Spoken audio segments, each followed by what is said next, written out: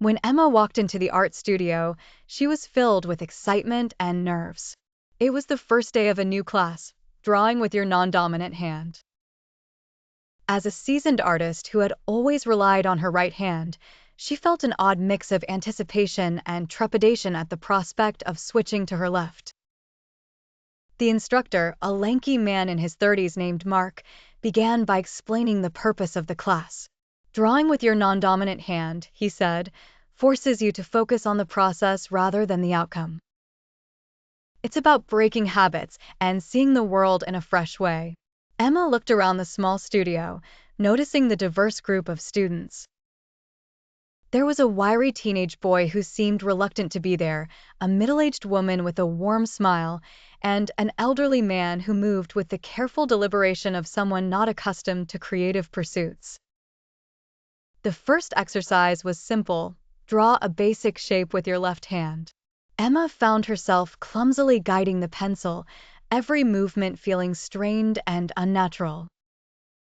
The circle she produced was far from perfect, jagged and irregular, a far cry from what she could have done with her right hand.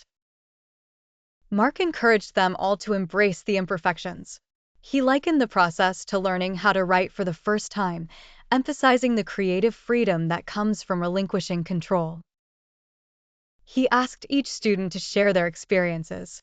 The teenage boy admitted that his initial frustration had turned into curiosity. The middle-aged woman said the exercise made her more mindful, and the elderly man chuckled, confessing he hadn't felt this alive in years. As days turned into weeks, Emma noticed a remarkable shift in her perspective. Using her left hand meant she couldn't rely on muscle memory, leading to more thoughtful and deliberate strokes. She began to appreciate the imperfections, seeing them as expressions of a raw and untamed creativity. Her artworks took on a unique style, one that was unrefined yet compelling. On the final day, Marc gathered everyone for a reflection session.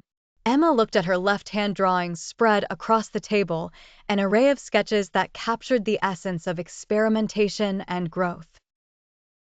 The nervous reluctance had transformed into a proud sense of achievement. Marc concluded the class with a smile.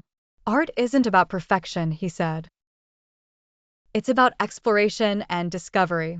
When we step out of our comfort zones, we open doors to new possibilities.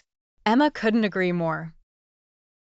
The experience had not only improved her technical skills, but also enriched her understanding of art and creativity. She left the studio with a renewed sense of inspiration, eager to continue her artistic journey, one imperfect stroke at a time.